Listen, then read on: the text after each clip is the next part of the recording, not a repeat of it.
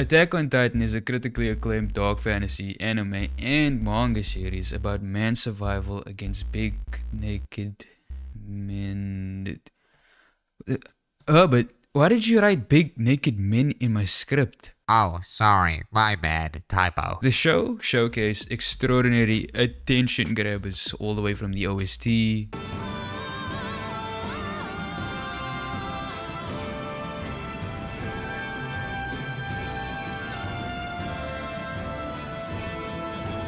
to the voice acting,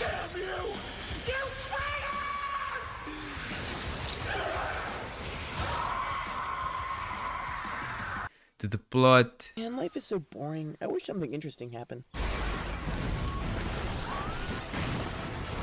Oh my god, something interesting is happening! to the animation,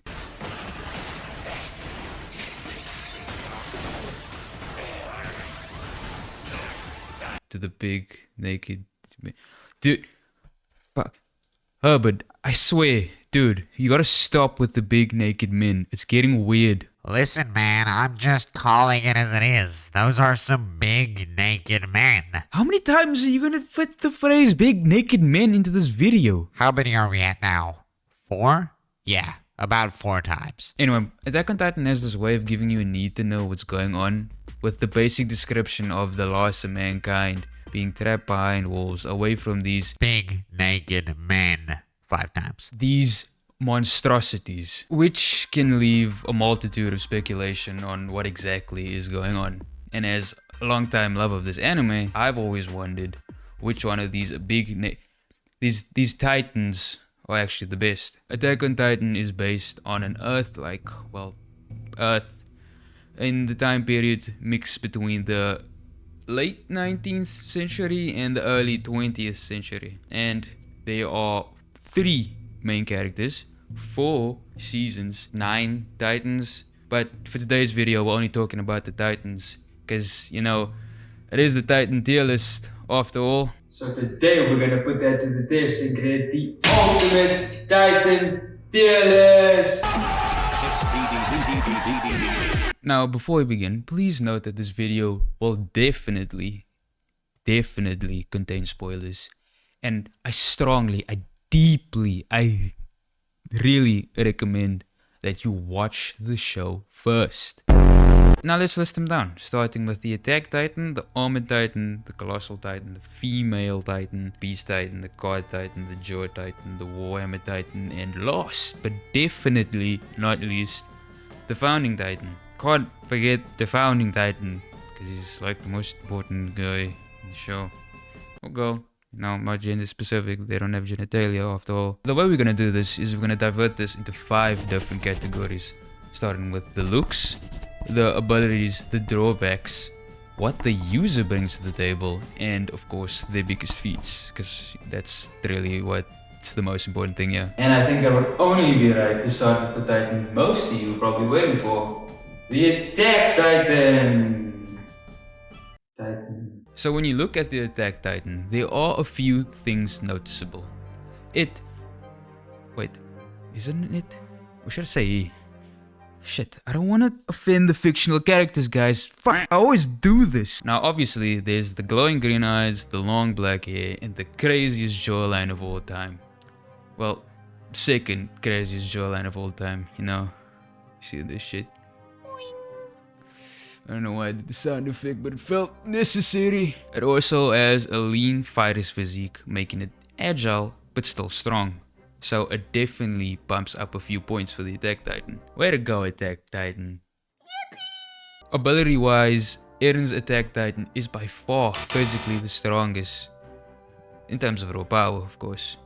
And excluding the Founding Titan, obviously, he's like fucking Gojo from Jujutsu Kaisen. It's always some bullshit. Like, you could be the fastest man there, the fastest sorcerer, excluding Satoru Gojo, of course. But all in all, you know, Eren's a strong boy, you know, going toe-to-toe with multiple titans at a time. And on top of that, he later discovers his dormant precognitive abilities, which literally means he can see the future and the past through the eyes of those who were and will be the Attack Titan. However, just because he can see the future and is incredibly powerful, it's not all sunshines and rainbows. That future vision I just spoke about can be massively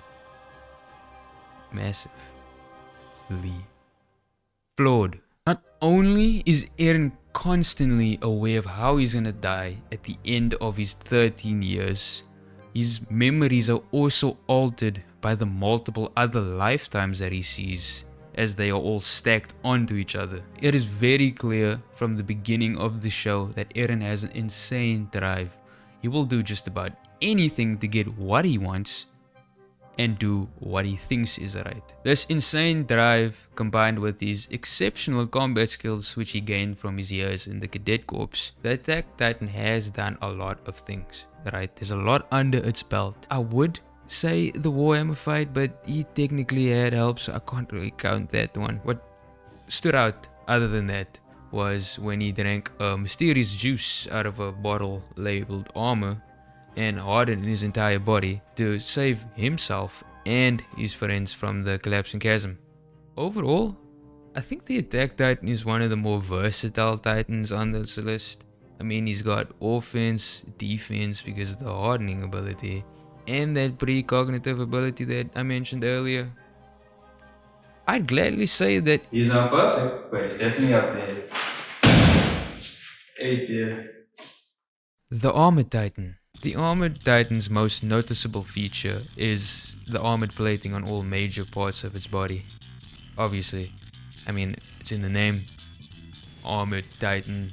It has short blonde, I don't have blonde hair, short blonde hair like Reiner's, and no visible pupils. And in some scenes it can be seen with glowing yellow eyes, which really gives off that same eerie feeling that the Attack Titan gives off. When discussing its abilities, you would assume that it'd be the most durable, or at least considerably durable. And you'd be right. The armor itself acts as a buff, as it enhances the Titan's strength, giving it an edge in both offense and defense.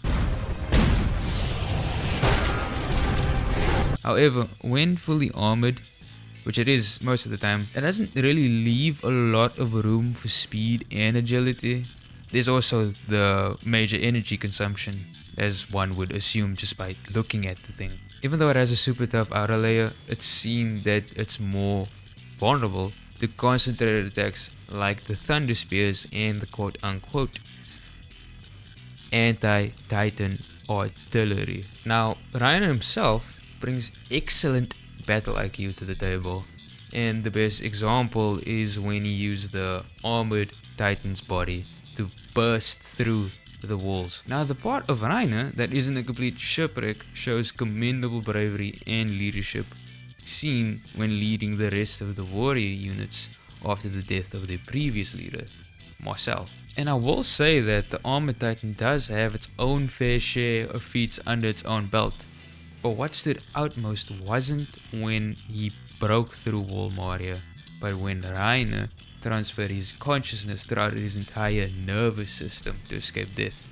No other Titan that we know of has been able to do that, or has done that. With all of that being said, even with Reiner trying his best to off himself, the Armored Titan is easily A tier. The Colossal Titan.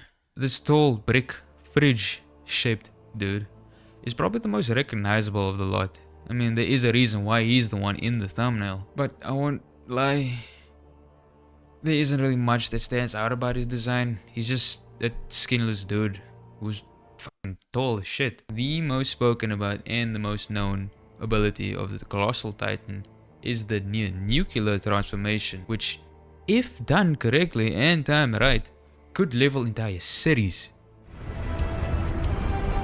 Another ability is the steam that it releases, which could either be used as a distraction to escape or as a defense mechanism when someone gets a little too close for comfort, like Armin. Now, as big as it may be, so are the size of its drawbacks, unfortunately.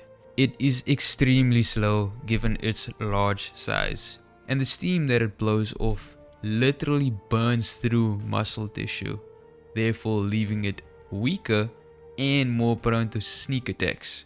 It also consumes a large amount of energy, which leaves the user vulnerable when out of form. Now, Bertholdt's control over the Colossal Titan is notable for his brute effectiveness, as he used its massive size and explosive transformation ability with precision, therefore enhancing its destructive potential. Now, Armin, on the other hand, utilized his intelligence and strategic thinking, rather than solely relying on brute force. His quick tactics and plans made him an even more effective user in battle. Among the feats that both users share, as each of them have an impressive catalog, there are a few that stand out more than others. Bertholdt broke the city walls twice and he didn't even get caught for it, and he's responsible for taking out the vast majority of the Survey Corps in the Return to Saganshina arc. Harmon, on the other hand, kinda actually reenacted Pearl Harbor. But what's more impressive than that, and what stood out more, was that he held his own against Eren's founding Titan. That's another one of those feats where there isn't really anything to compare it to. Just because no one else has done it before doesn't mean no one else couldn't necessarily do it. But it is still something worth mentioning.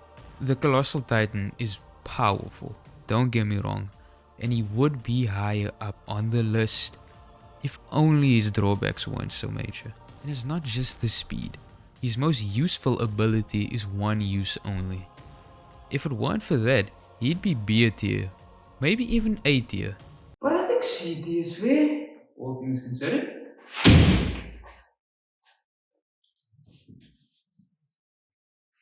The female Titan. I think we all know what a woman looks like, right? Right? I know what a woman looks like.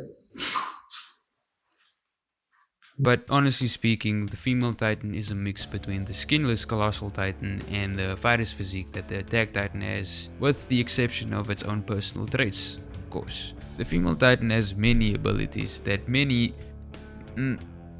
let's be real here, that all of you forgotten about. First being the primal scream that it lets out,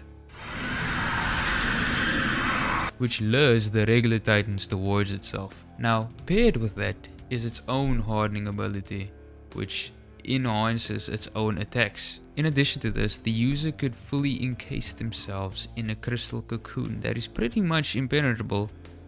The sad reality about this Titan's abilities is that they're self-destructive. When it uses its primal scream to alert pure Titans, it leads them directly towards itself. And a big problem is that these little bundles of joy are cannibals. On top of that, when the user fully encases themselves in a cocoon, there are only two known ways of getting yourself free. Either you get the Joy Titan to somehow bite down in a meticulous way that wouldn't kill you, or you'd need the Founding Titan to magically appear and get rid of all hardening in the universe. So, in short, the female Titan's abilities low-key kinda suck. Annie herself has exceptional combat experience though, which is seen through the very similar movements that Annie and her Titan share. Unfortunately, she did not get enough screen time as she encased herself for like almost 3 seasons. Basically 3 seasons. Fuck Annie, what the hell, man. So with limited options to pick from, I would say her biggest feat is when she successfully outsmarted all Survey Corps members, fought them off, and successfully retrieved Eren. No big deal. I mean, I can do that. Annie plays a major role in contributing to the female Titan, but at the end of the day, there's only so much the user could do. The drawbacks usually outweigh the abilities here, so I have to give her the D tier. L.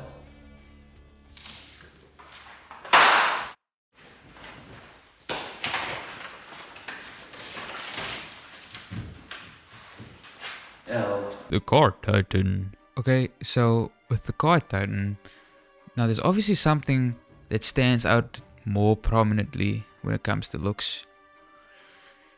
It's abnormally large face. It's crazy elongated. It's so distracting. It also walks on 4 legs, but the long ass face, man. This is one ugly looking motherfucker. One thing that it particularly excels in is its great gift of endurance. Missions on the field. Because it can hold its form for days on end. And moderate speed. It's not as fast as the Jaw Titan, but it's still considerable. The Car Titan also has the ability to talk. Enemy forces are approaching. They're at the foot of the mountain. Although, not very well. Still something to note. Now, out of all of the 9 Titans, the Car Titan is most definitely the weakest Titan, unfortunately. It heavily relies on equipment to actually be effective. Plus, without any weaponry, it lacks any defensive capabilities as it does not have any thick armored plating. Added on top of that, its regenerative abilities aren't as efficient of those of other Titans. The user herself brings a fair share of qualities to the table, as Peak uses her exceptional intelligence and quick thinking capabilities. Feat wise, she held up her own against the Jaw Titans and killed the previous Warhammer. With the help of the Levi squad though, but it's still an accomplishment nonetheless. I think Peak did a wonderful job in making the Car Titan the useful and supportive character that it is. However, outside of any equipment and just the Titan itself, there isn't really much going for it. So unfortunately, it has to go to the F tier. Yikes. The Beast Titan. This monkey looking motherfucker. Words cannot describe how much I love this guy's design. It's so disproportionate that it's awesome.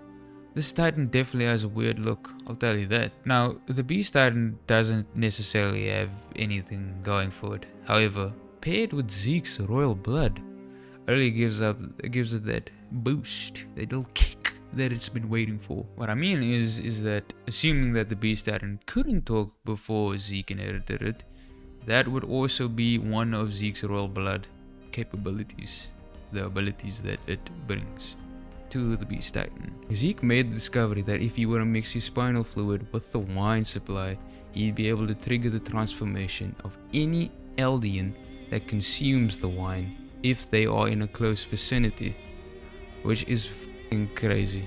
Although the idea of the Beast Titan does sound mortifying, I mean, I wouldn't judge you if you shat yourself when you see this guy, but there is one thing that negates all of his Beast Titan aura: close quarters. What I will say is the biggest feat of the Beast Titan is when he brutally beated the Armoured Titan when they faced a confrontation in season 3. Although not the most reliable in close quarters and not necessarily having any dormant abilities, Every other ability definitely puts it up there.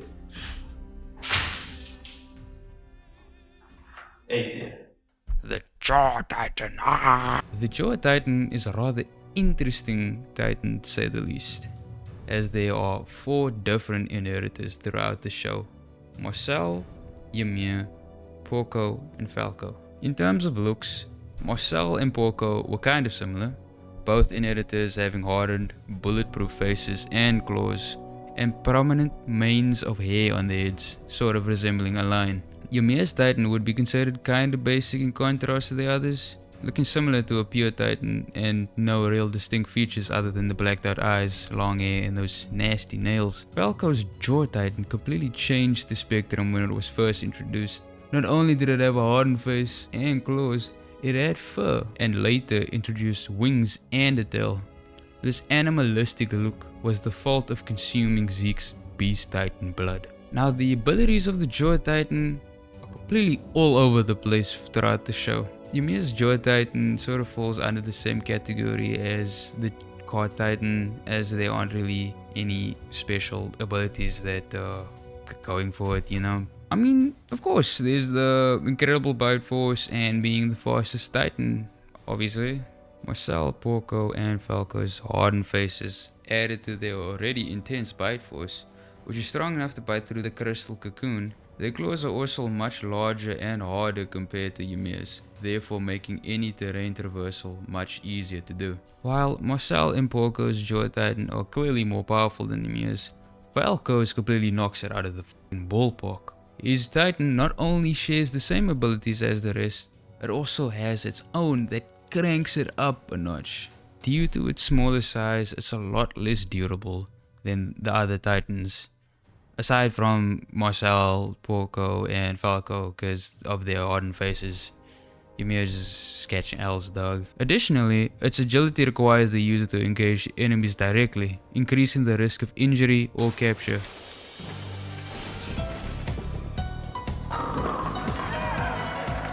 These factors make the Joy Titan more specialized but less effective in large-scale battles. Now, there wasn't much that each user brought to the table, but that doesn't mean they brought nothing to the table.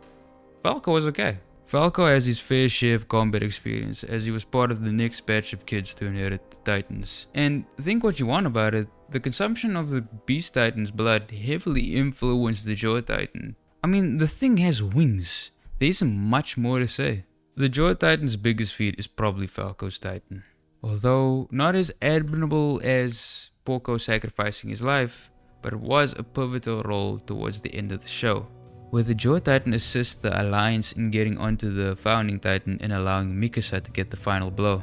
I just wish all of the inheritors had the same abilities as Falco's Titan, or at least the same influential effect. The Joy Titan would definitely be higher. But I do think B tier is fair. The Warhammer Titan! Oh my god, the Warhammer Titan, the best that there is! Oh, magnifico! Oh my god, I love the Warhammer Titan. This is a disclaimer, by the way. This is a completely honest and objective ranking. Probably. The Warhammer is nearly fully plated in this liquid alloy-like material, excluding the collarbone, mouth, and eyes. It's able to conjure a wide variety of different things, from weapons like swords, the obvious warhammer, and a crossbow, to massive pillars from the ground, able to penetrate through anything. The warhammer can also talk, much like the beast and the cart. Before you die, you may utter your final words.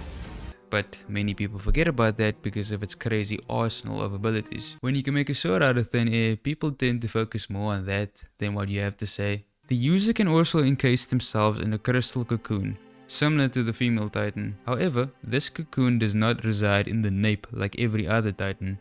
It's attached to a cord that links the Titan to the user. There aren't any drawbacks that were discussed in the show, other than the theoretical conclusions like the obvious energy consumption. I mean, it would make sense for it to be tiring to materialize objects like that out of thin air. Plus, the family made a stupid vow that the Warhammer would never be included in violence, or whatever BS peace treaty that they made basically means that the Warhammer has 0 to no combat experience. Laura Tiber never had anything that stood out about her in particular. She was just present constantly. I kinda assumed she would have done more for the show, but while I was doing research for this, I kinda made the headcanon that she had to remain anonymous for tactical reasons.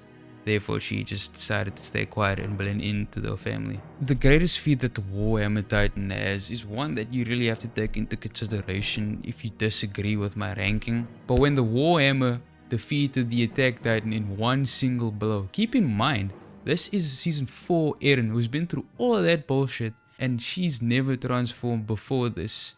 So she has 0 combat experience. This is an insane feat. S tier.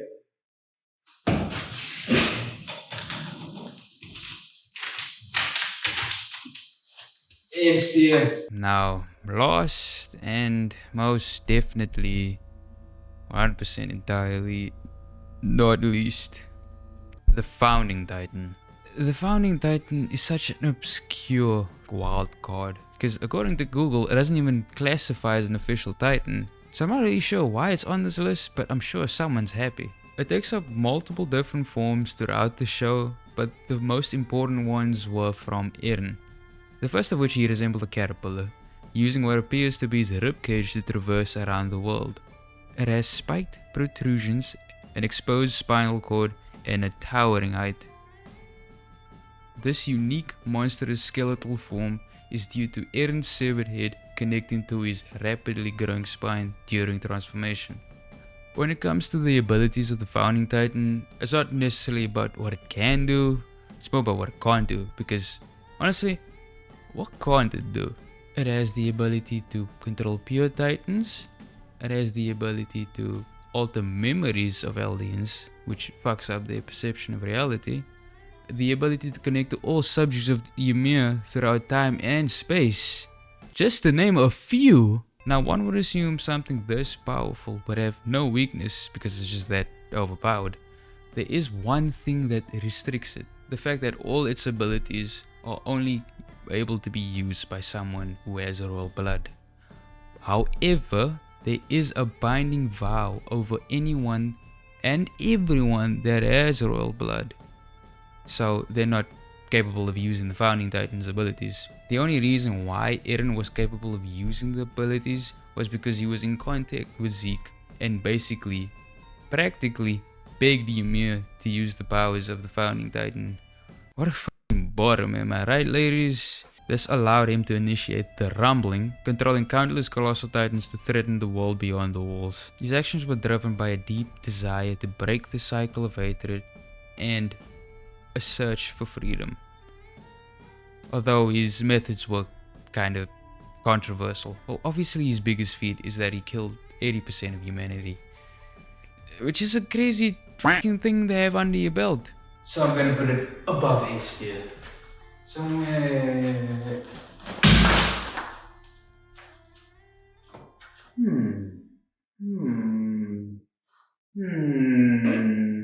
That's right. So here is the final ranking of all the Titans from Attack on Titan. Honestly speaking, this is nothing like what I thought the list was gonna be like. And after doing some intense research, I'm actually kind of surprised of how much I misremembered the show. And I'm happy to report that I know a lot more about Attack on Titan than I'll ever need to. And take care. Enjoy the rest of your day. Night, morning, afternoon, evening, wherever you are, whenever you are. And I'll see you in the next one. Bye.